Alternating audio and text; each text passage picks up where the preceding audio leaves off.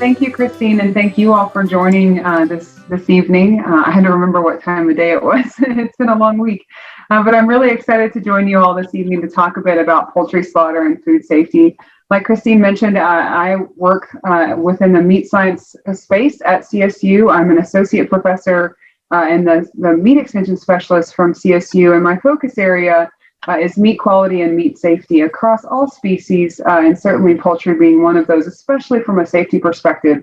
That's a really important species that we oftentimes hear a lot of bad things about, but we can talk a bit more today about how we can proactively maintain the safety of birds and poultry products. So one of the things I want to preface with, feel free to ask questions. There's no question that's off limits. I try to keep the slides relatively brief in information, hoping that the topics are prompting discussion. So we'll cover the basics, and then we'll leave some room for additional questions that may fall outside of some of the basic operations that you're most accustomed to. But let's get started first with the basics of poultry slaughter. And so when we talk about poultry slaughter, I think it's really important when we think about it, it's really a straightforward process.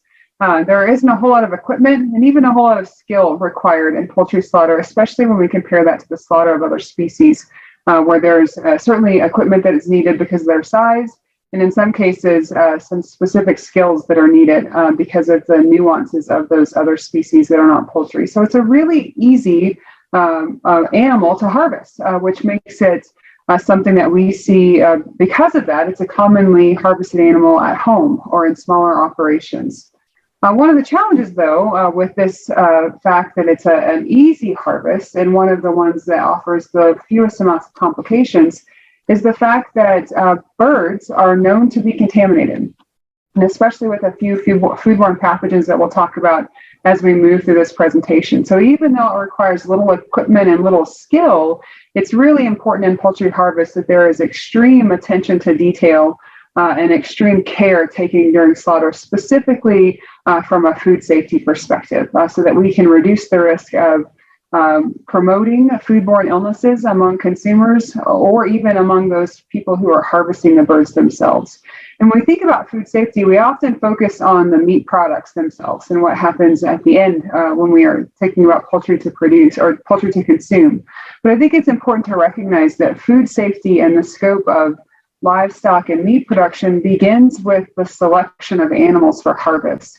And so a couple of things as we talk about selecting birds for slaughter relative to quality first is important to recognize that the quality of meat won't improve after harvest. So there are things that we can do to make minor changes in flavor or tenderness, perhaps, but largely the quality of the meat is determined by the physical state and the composition of the animal prior to harvest.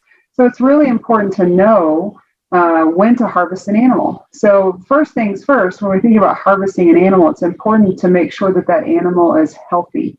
And a healthy animal going into the food system, and in this case, a healthy bird, means that we're taking the very first step in producing poultry meat that is safe for human consumption. So only harvesting healthy birds, and we'll talk about things that you can do to look for signs of unhealthy birds. Relative to quality, looking for birds that are well finished and well fleshed. And we know in the quality space that a lot of the things that influence our eating experience as consumers, such as the flavor, the juiciness, and the tenderness, are largely influenced by fat. So having birds that have a fair bit of flesh or a fair bit of finish or a fair amount of finish is generally associated with a better eating experience in that product or in the consumer who's going to consume that product. So we think about how to determine if a bird is healthy. If you raise birds, you know how to spot an unhealthy bird. So I think it's really important to look for signs of disease and or illness in a live bird. If it doesn't appear to be healthy, or if it appears to have some illness or disease, these are generally birds that we might want to harvest at the end of the day, right? So we're not going to harvest those and commingle those ill birds with our other birds that maybe are healthy. So look for signs of illness. And if you're a poultry producer, those are signs that you're often familiar with. But I'm going to talk a bit about things to look for in the carcass itself. So let's say that you've harvested a bird. It seemed to appear to be healthy prior to harvest, but what can you look for in the carcass to confirm that that bird actually was healthy after you harvested? after you harvested it. And a couple of things that are really telltale signs of illnesses or diseases, or maybe signs that that product is not safe or suitable for human consumption. One of the first organs we can look at is the liver. So if you notice any abnormalities on the liver, whether those are lumps or spots, and we'll see a picture of a healthy liver here in a second, lumps or spots in the liver, anything that looks atypical on the liver is generally a really good sign of some illness that was impacting the bird, even if that illness wasn't observable or noticeable in the live animal. And so in a commercial facility, inspectors do often look at, and are required to look at in some cases, depending on the inspection, the liver, to make sure that it's telling us the story of a good, healthy bird and not an ill bird. Any indication of fluid accumulation or abscesses within the body cavity is also a sign of illness. And oftentimes what we see in livestock species, unlike humans, when we feel bad, we know it. We can, we tell each other, right? I don't feel good. There's something going on. But birds and other species often give the impression that they're healthy when they're not. And they can't communicate to us often when that illness is starting that they're unhealthy or something else is going on. So we oftentimes find abscesses or fluid accumulations, pre-abscesses, that are building up inside of the bird's carcass that you can't notice in the live bird, you will see in the carcass. If that happens, that's a good indication that something's happening. And again, that's a product that you would not want to put into the food chain.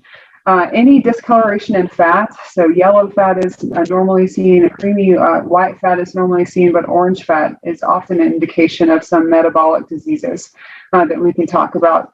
Any indication of enlarged organs, whether that's the heart, lungs, or the gastrointestinal organs, can be signs of illness. Sometimes it's signs of an illness that isn't going to have an impact on public health or food safety, but it's always best to act cautiously, and if you see signs of enlarged organs, to be proactive and remove that from the food chain. And then lastly, especially noticeable in poultry, is discoloration of the muscle tissue itself. So several birds, several genetic lines of birds are known to be associated with specific muscle impacts or muscle diseases. And so you can often see these muscle diseases in discoloration or patterns on the muscle tissue itself that don't look like the rest of the tissue. So if you see parts of the bird, parts of the muscle in the bird that seem to be discolored or have an odd look to them, generally an indication that something has gone on, that you would want to remove that bird. When we talk about poultry harvest itself, so now we've identified the birds that are healthy, we've identified the birds that are well fleshed and well finished, we're going to move into the harvest process. The goal of harvest is to safely, humanely, and efficiently harvest your bird to produce a safe and high quality carcass. And that seems really simple. We're going to take a live animal, we're going to produce a carcass, and then we're going to produce meat from that carcass ultimately. But actually, it's a really complex scientific process that's happening while we're doing this. So even though the steps may seem really straightforward, the process is really simple. The scientific things that are going on inside of the bird and inside of the muscle tissue or inside of the organ systems are actually really complicated. There are several biochemical and physical and other changes happening. And all of these changes that are happening as that animal goes from a living being to a carcass are going to impact the safety and quality.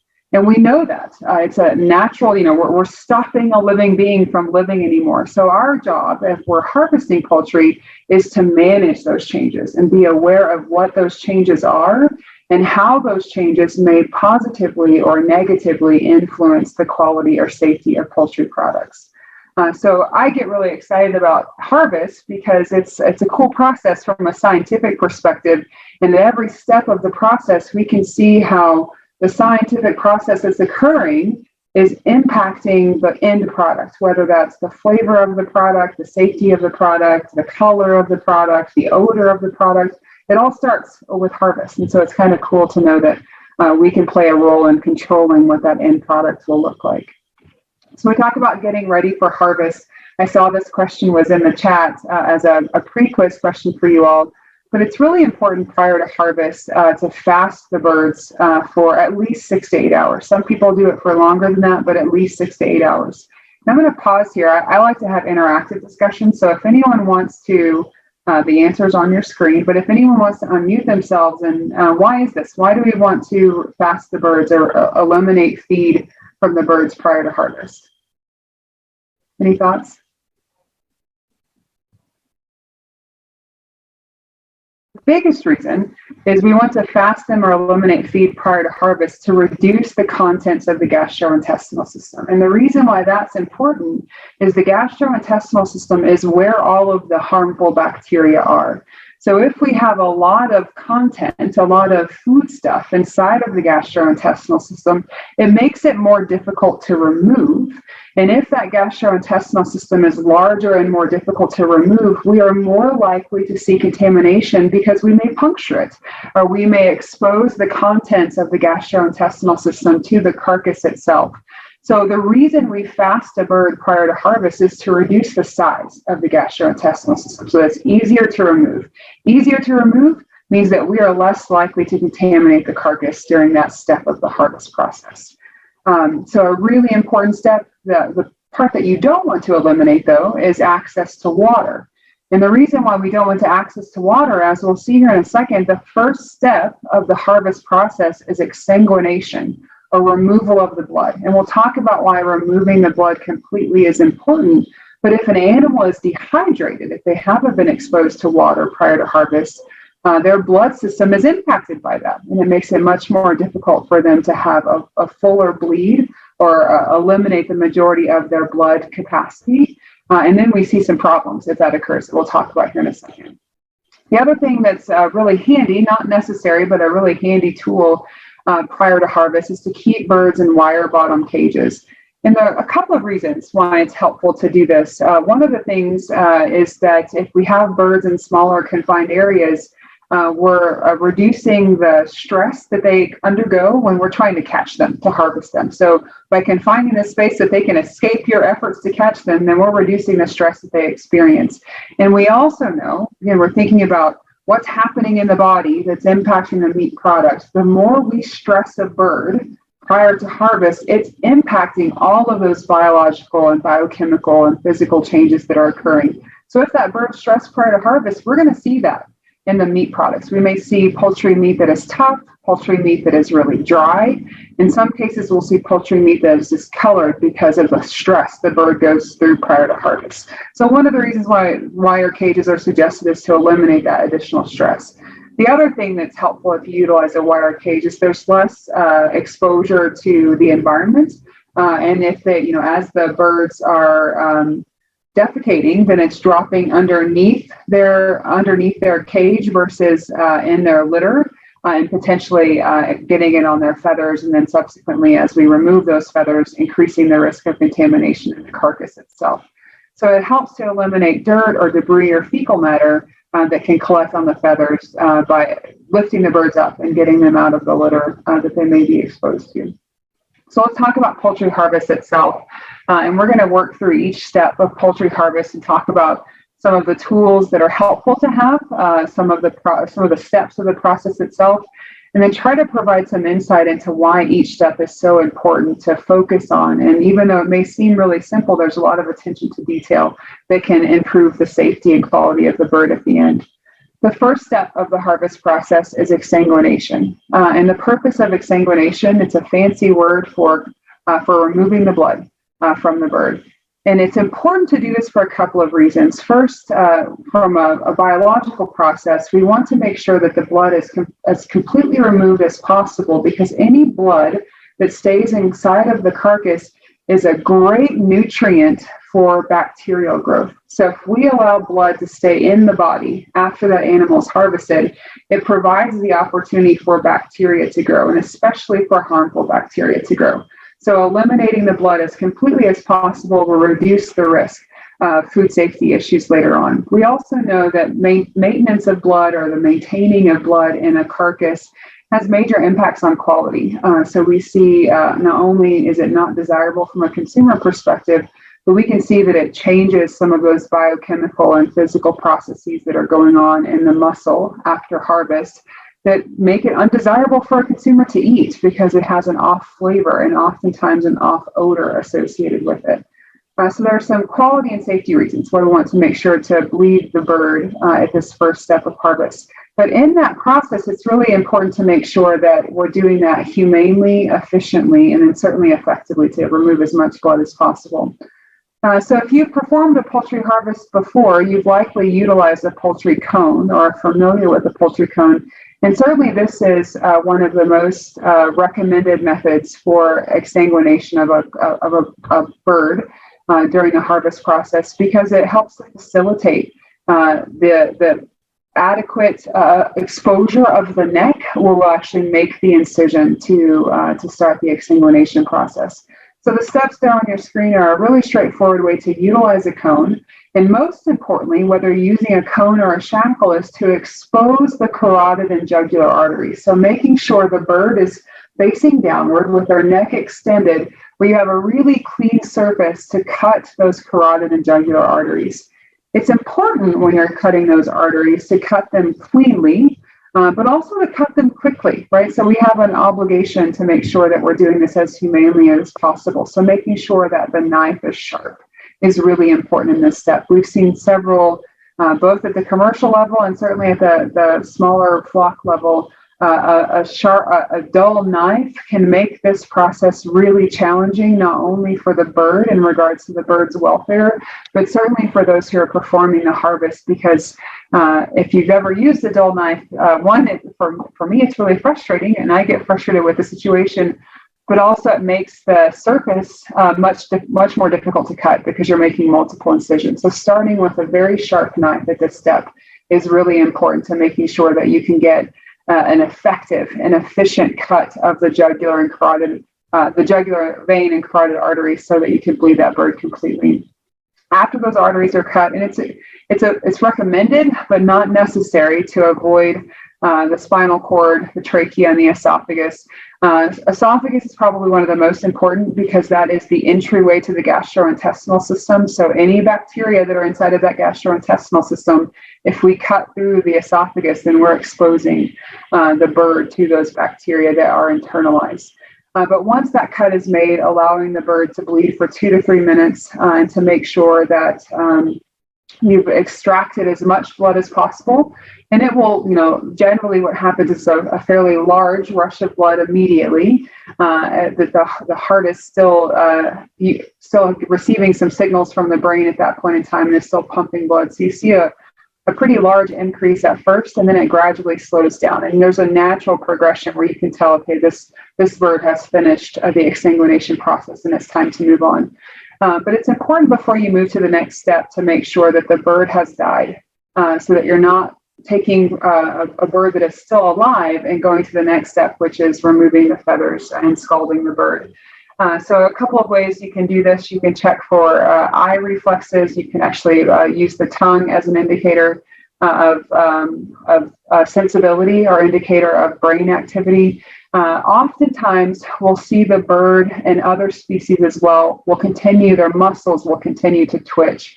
And that's because the process of muscle movement takes some time. And so even though their brain is no longer functioning, their blood supply is no longer functioning, there may be electrical signals that are still moving to their muscles. So like reflexes that are still occurring that aren't associated with the brain, but are associated with the spinal cord. And specifically some of the nerves that expand out of the spinal cord. So it's normal to see some muscle twitch and some muscle tension, but you shouldn't see eye reflexes or reflexes with the tongue if the bird has expired.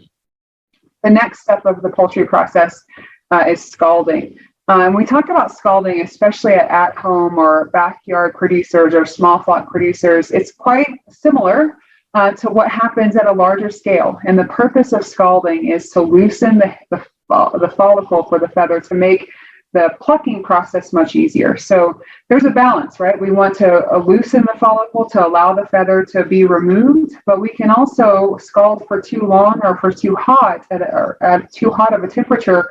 We can fix that hair or fix that feather follicle and make it where the feather can't be removed. So there is a bit of an art and a bit of a balance that goes into selecting the appropriate scalding temperature and the appropriate scalding length. The important part, I think, to point out is that This is a step that is highly recommended and generally practiced in non-waterfowls. So if you have a waterfowl, so a duck or a goose, dry plucking is acceptable and is often performed, but that's a really difficult and not recommended process in a turkey or a chicken or other non-waterfowl birds.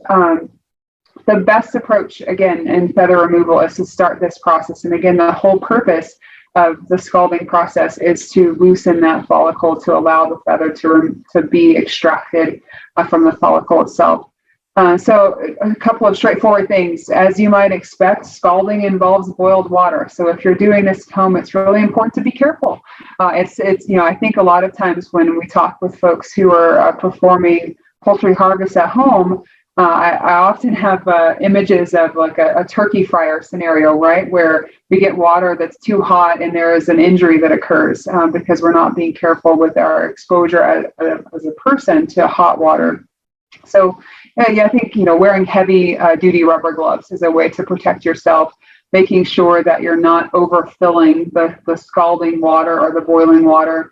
And that you're managing exposure of yourself to that risk appropriately. If, as you're trying to determine what relationship between time of exposure to the boiled water and temperature of the boiled water, this table on the bottom right-hand side is a good guideline. So a good place to start as far as recommendations for how long to boil or how long to expose the bird to boiled water. And especially how warm that water should be. So you notice there that on the younger birds, a lower temperature is recommended than for the warmer birds, even though the time of exposure is relatively consistent. The temperature is the most important part here. If we use a temperature that is too warm or too hot in this particular case, we can actually set that follicle and set that feather where it becomes really difficult to remove it. So it's important to not use a temperature that is too hot. And as long as you're within that range, you can pull the bird out of the water and try to remove a couple of feathers from the wing to see, okay, if we can remove it from the wing, this bird's finished. It's been in the water long enough, and we can take it out and start the plucking process. So it's a balance. And I don't think there's not a steadfast recommendation of always use this temperature and always use this time. You'll have to find the range and the range of time and the temperature range that's most appropriate for the birds that you have. But these are good starting points. The other piece I want to point out here is adding detergents does seem to help in the removal of feathers. So they serve to help loosen that follicle and make the plucking process easier. So following scalding, the next step of the process would then be plucking. Similarly to if you're using a shackle to perform the exsanguination process, you can use that same shackle for plucking. But you can want to hang the bird upside down. That tends to make the plucking process much easier. There are some relatively inexpensive at-home pluckers that are available that use rubber fingers to help with the plucking process. If not, you have also fingers on your hands, so you can use your own fingers. So if you're doing this frequently, I think it's worth looking into an at-home plucker that's essentially a big 50-gallon. It looks like a 50-gallon trash can, and it's got some rubber fingers that help you with this process. Otherwise, once you hang the bird upside down, use your hands and move downward, applying a good amount of pressure with your fingers to remove the feathers. And it's important that you don't waste a whole lot of time as you move from the scalder to the plucker. Wasting time, again, is going to allow that follicle to close again versus open that we see it happen with the scalder itself. So think of it, as taking a hot shower. Our pores open when we're sitting underneath a hot shower, and as soon as we get out of that hot shower and get back into the cold air, our pores start to close. So we want to capitalize on the open follicle, or the open pore, if you will, that will allow us to remove the feather. After you've removed the feathers, or removed most of the feathers, rinsing the carcass is helpful. And you can certainly do this in the middle of the process as well, using warm water. If you use cold water, you're going to close those follicles really quickly. So using warm water to rinse as you're removing feathers kind of helps you understand how you're doing in removing the feathers, and can also help you identify areas of the carcass where you need to maybe focus a bit more of your effort. And just continue that process of moving downward with your hands and applying pressure. And if you've scalded the bird for that appropriate relationship between time and temperature, then you should see this happen fairly simply. The pin feathers, those are not simple at all. So oftentimes for the pin feathers, you have to utilize a knife or some smaller sharp object to help remove those pin feathers. Your fingers remove some, but generally not all of the pin feathers. Okay, the next step, and probably the most important step as it relates to food safety, is evisceration. And evisceration is removing the internal organs from the bird. And I mentioned earlier that when we're talking about fasting the birds prior to harvest, one of the reasons we do that is to reduce the size of the gastrointestinal system. And this is the step of the process where that reduction in size will be helpful, because we're going to now remove the gastrointestinal system as well as the other internal organs and start preparing a carcass that we can utilize for meat versus a carcass that is just a dead bird at this point in time. A couple of things that are helpful in this process. I think it's going to be a process in which there are dirty things happening, right? So you're removing internal organs from an animal. It's helpful to have water and towels around so that you can try to make this as sterile or as aseptic as possible. So reducing contamination rather than letting contamination accumulate. As you see contamination occur or as messes are created, clean them up and make sure that this step of the process occurs in a clean environment so that we're not taking a scenario in which there's already an enhanced amount of risk because we're removing the part of the carcass or part of the bird that is likely to be contaminated. We're going to be proactive and do this in a clean space and remove any contamination or clean up any contamination that occurs. Similarly to the exsanguination, having a sharp knife or having a couple of sharp knives is helpful. You're going to be making some incisions both in the carcass of the bird as well as with the internal organs. Sharper knives make that process much easier. And having hot water where you can dip your sharp knives into is helpful as well to make sure that if your knife gets dirty, you can clean it and make sure that you're making incisions and not introducing contamination onto the carcass as you cut. So a couple of steps for evisceration, and we're going to walk through these. The first three steps can occur in any particular order.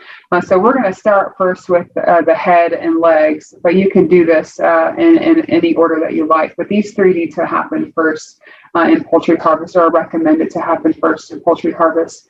After this, opening of the abdomen and then removal of the internal organs. So if we start first with removal of the head and legs, again, you can flip these if you would like. Head removal, I find that the easiest way to remove the head is to place the carcass of the bird on a table and pull the head downward. So if you utilize the end of the table, pull the head down so you have a clean, open cutting surface. Once you're pulling that head downward, we're going to make an incision through the trachea and the esophagus. So remember earlier, we cut the neck at the jugular vein and the carotid arteries, and we tried to avoid the trachea and the esophagus. Now we're going to sever the trachea and the esophagus. So we have a bird, feathers are removed. We're going to start the process of sealing and cutting apart the pieces where we can remove the internal organ system together. So separating the head is one of the ways to do that. We're going to take off the entryway to the gastrointestinal system and the respiratory system. If you utilize a twisting motion, you can generally sever that joint between the head.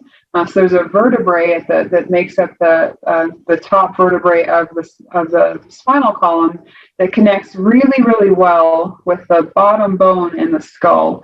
And you can actually twist that joint pretty simply and not use a knife to sever that. So you may have to cut around some connective tissue or some muscle tissue there, but you shouldn't have to use your knife to break that joint. It's actually one that you can twist and break pretty simply, especially on birds. After you've removed the head, so again, end of the table, pull the neck down, you're going to sever the esophagus and the trachea, twist the neck to break that joint, and you may have to cut some connective tissue. Now the head is removed. And you can see a picture of the next step, which is removal of the leg. The easiest way to remove the leg is to take the bird off of a shackle, if you have it on a shackle, and again, use the table with the breast facing upward. And again, this is something that you're going to have to use your hands and a sharp knife. But if you use your hands and apply pressure at that hock joint, let me see if I can show you on the screen. So we're going to apply pressure here, and we're going to remove the leg at the joint between the hock and the thigh, if you will, of the bird, or the upper leg of the bird as it connects to the carcass. So you're going to actually cut through this joint. It's a joint that's pretty tight, so not one that we can often break. In younger birds, you can sometimes break this, but you're also going to have to cut through ligaments that allow this to connect this joint. So you're going to need a sharp knife as you expose the hock joint and cut open or remove the leg from the bird itself. And this will leave us with what we see here as the drumstick. So something that you can, even if you can with a young bird, twist the joint to break the joint, you will require a knife to sever those ligaments and actually detach that leg. The next step of this process would be removal of the oil gland and then separating the crop. Again, using a table and going back to that very first premise, we want to have a clean workspace. So making sure in this space that if you have, if there's contamination following removal of the head and neck, this is where you use your towel and hot water and clean that up. And then go back to that same table and remove the oil gland. With the leg removal, we started with the breast side up. With the oil gland removal, generally recommended to start with the breast side down.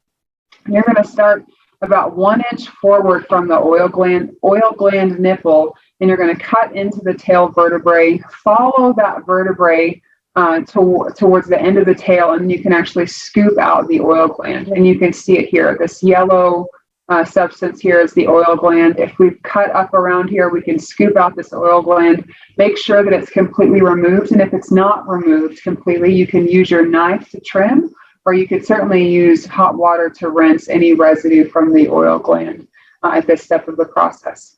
For crop separation, again, we're going to flip the bird back around, place the bird breast side up. We're going to cut the neck skin to the top of the breast. So if we look here, we see the trachea and the esophagus. We just severed these as we were removing the head. We see the breast right here. We're going to cut the skin to the top of the breast. We're going to pull the esophagus and trachea from the skin and neck. And then you're going to have to use your hands. There's quite a bit of connective tissue that's keeping the crop in place. And often it's attached pretty tightly, especially in older birds, to the breast muscle itself. So you can use your hands to wiggle the crop free. Being careful, obviously, not to expose any contamination. And if you see, if you break into something, or if your hand, let's say, gets dirty from the esophagus and you touch the carcass, you have that hot water and towels there to clean that up, to make sure that you're reducing contamination as it happens versus letting it accumulate over time. And you want to make sure, again, not to rupture that, but if it happens, clean it up as it happens so that you're not spreading that contamination. But there is, in some cases, a fair amount of force that goes into loosening that crop and separating the crop from the breast muscle and from that thoracic cavity. It's helpful, I think, if this incision is large enough. I see people often struggle with making an incision at the breast that's too small, and then they're trying to take, a large hand and putting it in a smaller surface area, and they're struggling to separate that crop. So sometimes starting or erring on the side of caution while having a bigger workspace gives you the opportunity to reduce rupturing the crop or struggling with the process, which can be, can be frustrating, especially if this is not something that you've done before. So giving yourself plenty of space to do this job is helpful, or a good recommendation. As we talk about removing the internal organs, I wanted to just give an overview of what it looks like inside of a chicken. Oftentimes we may know what it looks like inside of our own bodies. We may be familiar with our own internal organs, but the orientation of those same organs is a little different in a bird, and they have some pieces that we don't, that are unique and that we have to be mindful of as we start to remove them. But it's important when we think about, in this case, we've removed the legs, we've removed the head, we've severed the trachea and the esophagus. Now we're going to talk about removing all of these organs here. So we're going to talk about removing the gastrointestinal system, the heart and lungs. If there are any reproductive organs or kidney, or obviously there would be kidneys, if there are any mature reproductive organs, we can talk about whether those need to be removed or not as we move throughout this process. But there's a lot of mass that's happening in the internal body cavity of the bird. And so making sure that we do this as safely and effectively as possible will be kind of the theme of the next couple of slides. The first step in evisceration is to open the body cavity. And There are two recommended methods, and I see people use either one. I think it's really which best fits your style and the equipment that you have and the process which you prefer. And it may take you a couple of times to do this to figure out which process you prefer. But I'm a big believer in once you find a process that you're comfortable with, to keep using it. If it's one that you can perform efficiently and effectively and safely, it's the best process for you. So don't force yourself to try something different or try something new if what you have is working. One of the ways to open the abdomen or open the body cavity, though, is to use the vent opening as a starting point to open the cavity. So if we see here where the vent is, you can make a shallow incision on either side of the vent or the cloaca. You want to make sure that it's not too deep because there are internal organs there. So we're trying to make a shallow incision just to expose that. You can use your fingers to hold the vent open and cut around the vent. And then once you've done that, you can actually use it to use this hole to remove the internal organs. The next step or the next recommendation would be opening at the abdomen. So in this particular case, I've kind of given you a view of what it might look like if you're cutting into the bird. So you're going to start with the bird breast side up and place a sharp knife. Again, we want to use sharp knives through all of this process to make the process more efficient, more effective, certainly safer and less frustrating for you who are performing this. But placing a sharp knife under the rib cage. So we're going to place the bird breast up, identify where the ribs are, and place that knife underneath the rib cage. And cut through the skin as well as the muscle to open up the body cavity. And then you're going to cut on both sides of the rib cage and down on one side towards the vent and cloaca. And we're going to show you what this looks like on the next slide. So once this has happened, you'll use your fingers, once you have a hole exposed, you'll use your fingers to identify the large intestine and the vent attachment, and you're going to cut around that vent and pull it along with the intestine away from the body. So this is what it would look like after you performed this. You've opened a hole using the incision you've made underneath the rib. You've cut down towards the vent, exposed this, reached inside to expose then the gastrointestinal system. So you're at the terminal end of the animal at this point in time. And you're going to remove the internal organs, specifically the large intestine. As you're doing this, a couple of things to think about. Again, this is the part of the carcass where we see the most contamination. So, this is going to be towards the end of the harvest. It's an often step where we see people want to speed up, like, well, let's get done, right? We're near the end of this, let's finish this up. But this is perhaps the part of the process in the harvest. So after the animal has been exsanguinated and you've done that safely and humanely, this is the part where you want to use the most caution and care. Because if the internal organs, specifically the gastrointestinal system, if we see a rupture in this space, this is where we see contamination occur. And we know from research and data from birds around the country that they are likely to carry bacteria inside of their gastrointestinal system, or their guts, if you will, that can make us sick. So we want to keep those things inside. We don't want those anywhere on the bird. So as we're doing this, we've taken the parts, or we've taken the responsibility of making it easy by giving us an accessible entryway into the inside. Now we have to use caution to remove what's inside so that we're not exposing it to the bird itself. So you're going to use your hands. So after you've made that incision, a lot of this work of actually removing the internal organ systems is with your hands. And that's a good thing, because if we're using our hands, we're not using a sharp knife, right? So you don't want to go inside and scrape the body cavity. You're going to use your hands and your fingers to pull out the internal organs. That said, one of the things that we often see across the spectrum, whether this is in poultry or beef or pork, fingernails can often puncture the internal organs. So just be mindful of that. Wear gloves, and if you don't wear gloves, I would recommend making sure your fingernails aren't sharp or long, so you're puncturing the internal organs with your fingernails. A particular organ that we want to watch out for is the gallbladder. And I'll show you here in a second what the gallbladder looks like. It's really easy to see, but it's really thin the external layer of the gallbladder is really thin, so it ruptures pretty easily. And let me tell you, from experience, it is not fun to have a ruptured gallbladder bust in your face. I've had that happen more times than I would like to count, but it also provides an avenue for contamination. So a good way to do this, the gallbladder sits below the liver. So as you're reaching into the carcass to remove those internal organs, find the liver and reach above it. And you can actually see the liver right here. And so if you're reaching on top of the liver, you're not putting your fingers on the gallbladder, and then you don't have to worry about puncturing the gallbladder. And it's, again, incredibly fragile, so you can puncture it just by pinching it too hard. The lungs are attached to the rib cage. So again, not wanting to use a knife to go and scrape the ribs, you can actually use 2 fingers along the ribs and remove the lungs from the rib cage itself. So we've now, we have the gastrointestinal system that we've used our hands to remove to help separate the connective tissue from the body or the carcass from the internal organs. You've removed the lungs using your fingers. The next step is to remove the giblets. So the giblets, if you're not familiar with that term, that's the gizzard, the heart, and the liver. And a funny story, so growing up, we did not raise birds, but we ate a lot of chicken, and my dad was a big fan of eating gizzards. And then I went to study animal science and took some ag classes as I got older, and I learned what the gizzards were, and so I give my dad a hard time for eating gizzards today. So let's walk through this process of removing the gizzards. The first part is to remove the heart. Again, not wanting to use a knife or a sharp instrument, to use your hand to remove the heart. It's usually fairly easy to remove. Removing the liver, it likely occurred the first time, but if not, you can cut around the gallbladder. You can see here the gallbladder, generally this green color, so pretty easy to identify on the bird itself. And we want to make sure to avoid that gallbladder so that it doesn't rupture. And we can separate that from the liver if you want to separate the liver and sell it separately.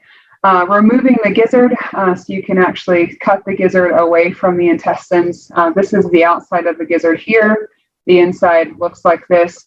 Generally recommended for the gizzard and the heart to rinse them out, to cut them open and to rinse out the internal contents.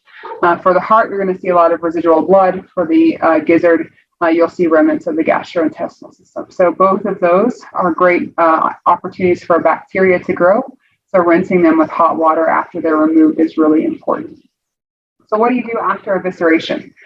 This is the end game, right? So you've done the work, you've exsanguinated, you've scalded, you've plucked, you've eviscerated, you have a chicken carcass and you're ready to turn it into meat.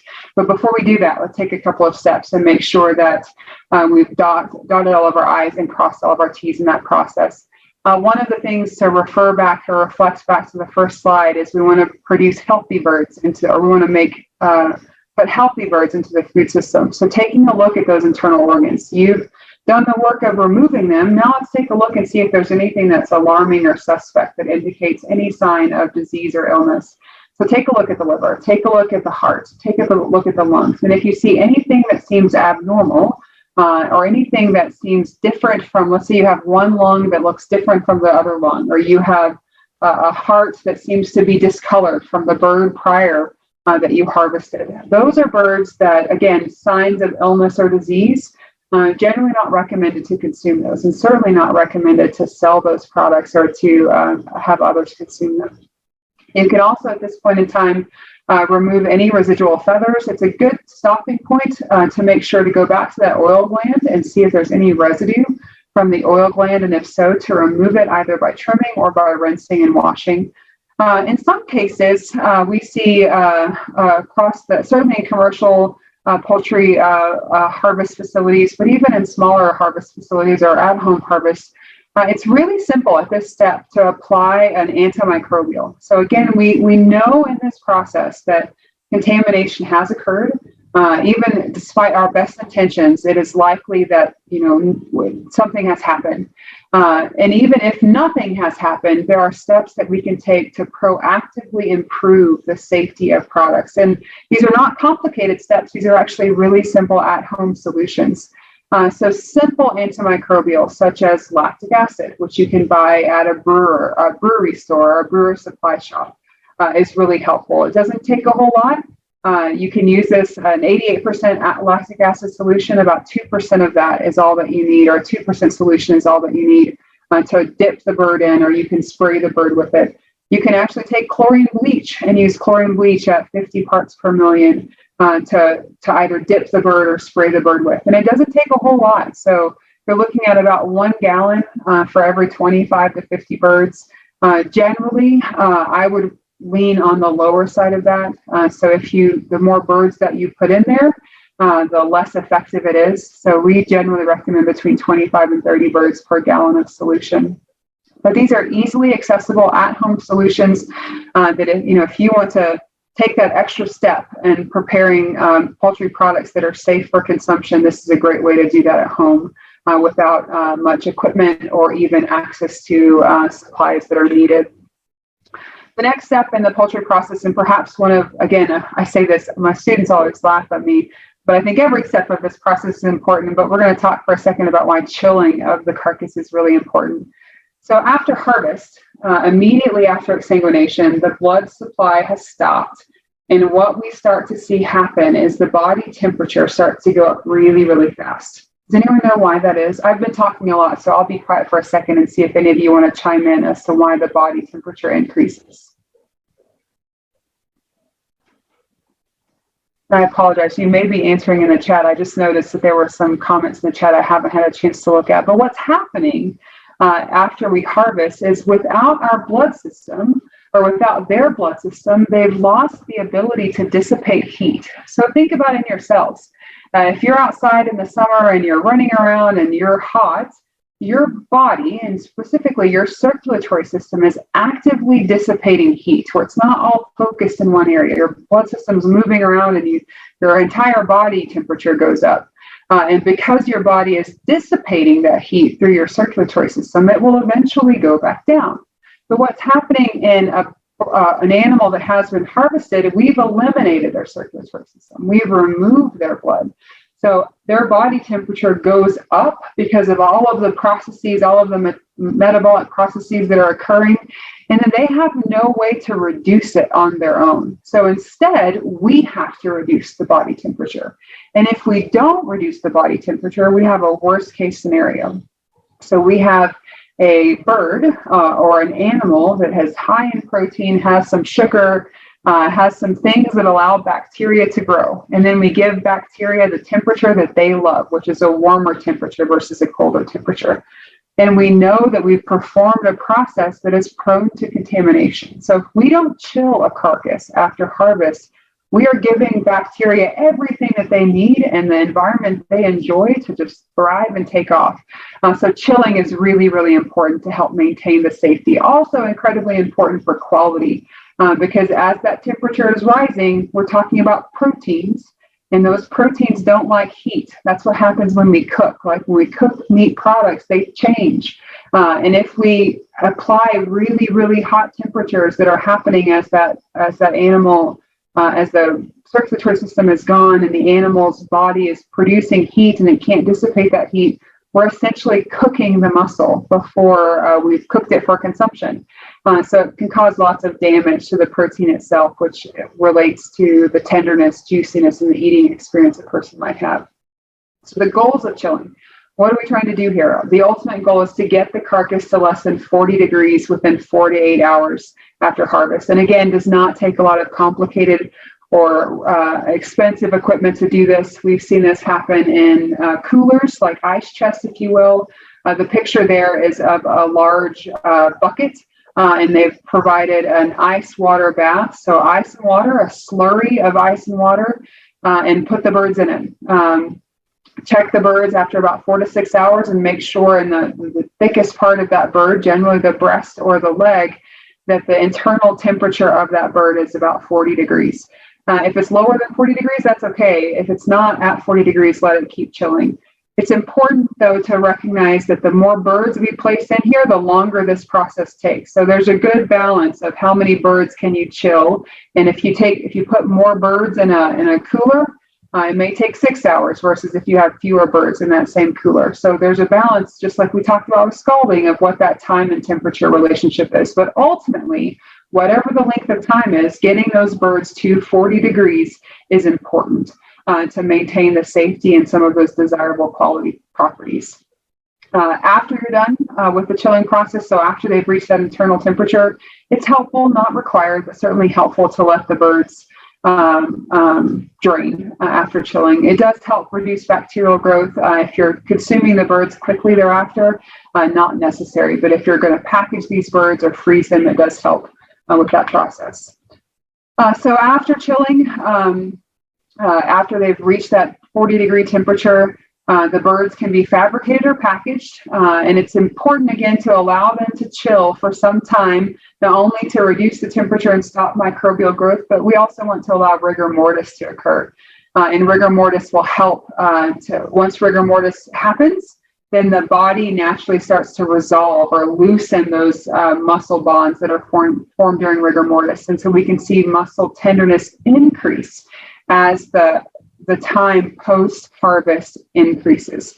So if you look at this chart here on the right-hand side, notice that soon after we harvest, this is the peak of rigor mortis. So if we were to consume a bird between 0 and 2 hours generally after harvest, it's going to be really, really tough. But if we chill that bird for at least 4 hours, now we're within this threshold where rigor mortis has happened and it's resolved. So the body has gone into rigor and then it's come back out of rigor.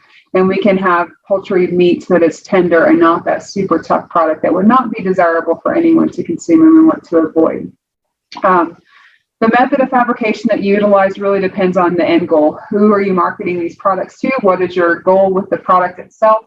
If you're packaging or marketing whole birds or wanting to store and freeze whole birds, a plastic bag is a perfect option for packaging that for parts of the bird, whether it's breast, wings, legs, drums. What you can use a ton of different options: plastic wrap, foil, plastic bags. We've seen butcher paper.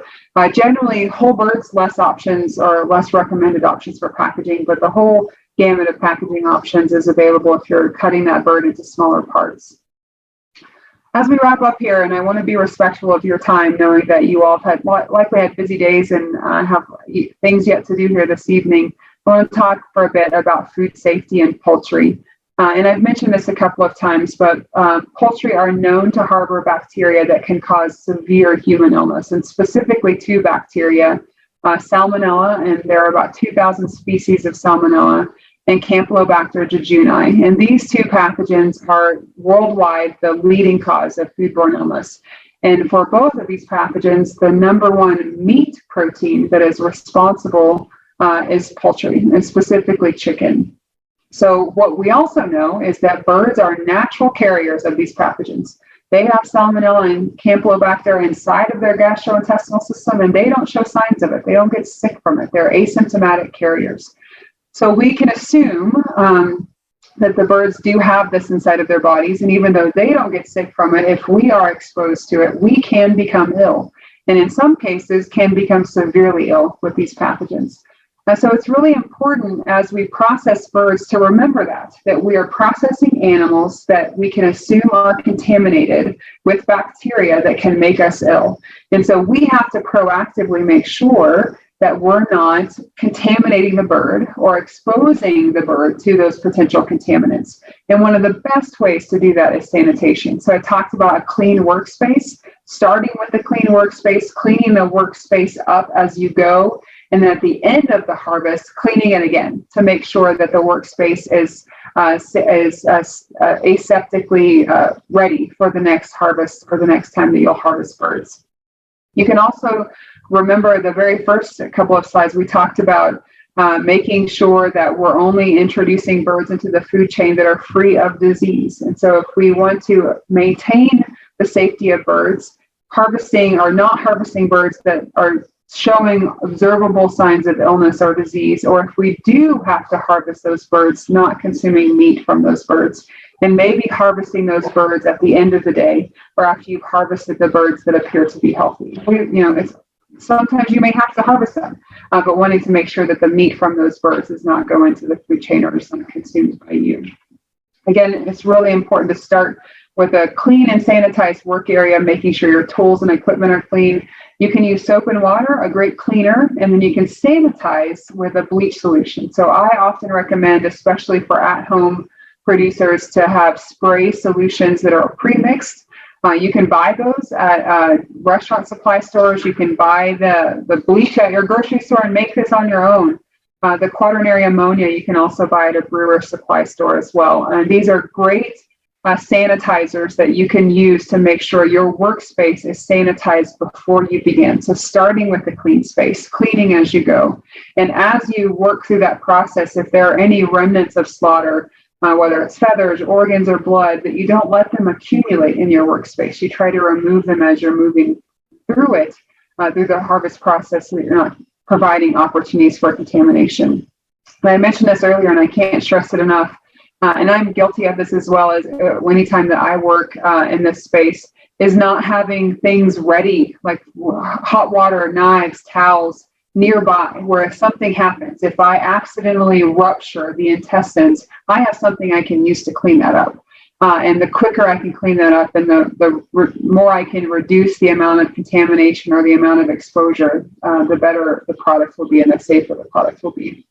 And as you're working through the process, that mentality of this is your space, and making sure that it is clean, sanitized, and effectively providing an opportunity for you to harvest that bird as sanitarily as possible. That's the best you can do as it relates to making sure that you're reducing contamination and reducing any risk of food safety problems in the poultry products. After slaughter, again, making sure that after evisceration, you've looked for fecal matter, you've looked for contamination. That chilling step is really important. The chilling water can get dirty. So if you've been harvesting birds all day, change the water. You're going to have to add new ice because it will melt because you're putting hot birds into cold water, but also change the water itself. It's going to become contaminated. So making sure that you reuse or recycle the water and refresh the water often is really important. Keeping the birds cold. Temperature is the enemy of bacteria. A cold temperature is the enemy of bacteria. So reducing that temperature, using that ice water bath. After the ice water bath has been completed, putting those poultry products into a refrigerator or into freezing, keeping it cold. That's one of the key themes in food safety is bacteria can't grow when it's cold. So if we can keep products cold, then we're doing the best job that we can, and we're eliminating the likelihood that they will grow. Again, simple things like making sure your knives are clean and your packaging materials are clean, the ones that you use. Overall, though, I think the key part of this is preparedness is key. It's impossible to be prepared for everything, but there are some things you can do to prepare yourself to make sure that you're producing birds with food safety at top of mind. So having hot water, towels, starting with a clean workspace, working as you're working to maintain the cleanness of that workspace. Excuse me. And then know your process. And like I mentioned earlier, it may take you some time if you're new to this to identify what your process is. But once you have identified the process that works for you, think about it. What were the parts where there was a potential for contamination to occur, or the parts where you needed something that you didn't have? You needed a towel, but it wasn't there, or you needed a hot water rinse, but it wasn't accessible to you.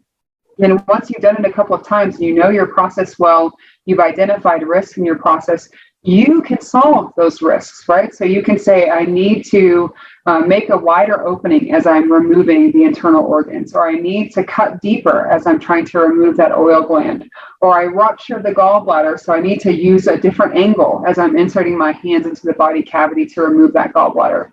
And then use good judgment. If it seems to be a risk, if it seems that the bird isn't healthy, or that organ looks a little different, or there's an abscess that you're concerned about, use your judgment into making sure that you're not introducing food safety risks into the food supply chain or exposing yourselves to those risks as well. And with that, I know I'm right at time, and I apologize for taking the entire time, but I certainly want to leave some space here at the end for questions. Thanks, Jennifer.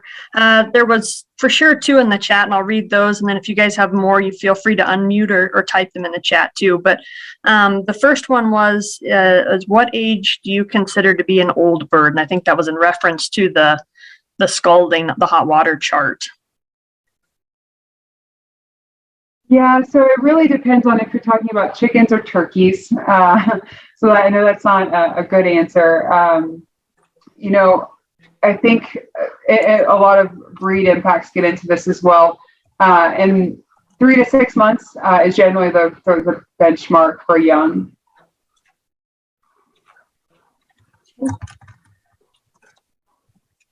The second question was, what kind of detergents do you recommend?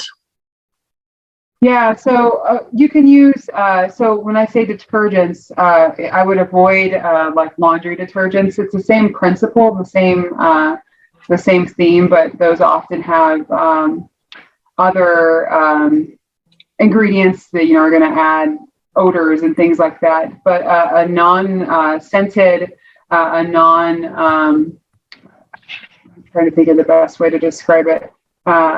Just a simple detergent. I often see these at grocery stores that you can find in the detergent aisle, but I wouldn't take your laundry detergent and put it in there, but something that's unscented with fewer ingredients works well in this space. There's one that if something ruptures during processing, how can you tell if the meat has been contaminated? Yeah, so the general assumption is that if it's a gastrointestinal organ specifically, if it ruptures, then we can assume that it has been contaminated. So we always act, especially with poultry, with an abundance of caution, and the assumption is that contamination is there. So if you know that you have ruptured an organ, then I would encourage you to make the assumption that it is now contaminated, and that's where using hot water, rinsing quickly and removing signs of visible contamination is really important. Now, we have no way of knowing 100% if there is actually those harmful bacteria there, but it's safe to assume that the risk is certainly greater.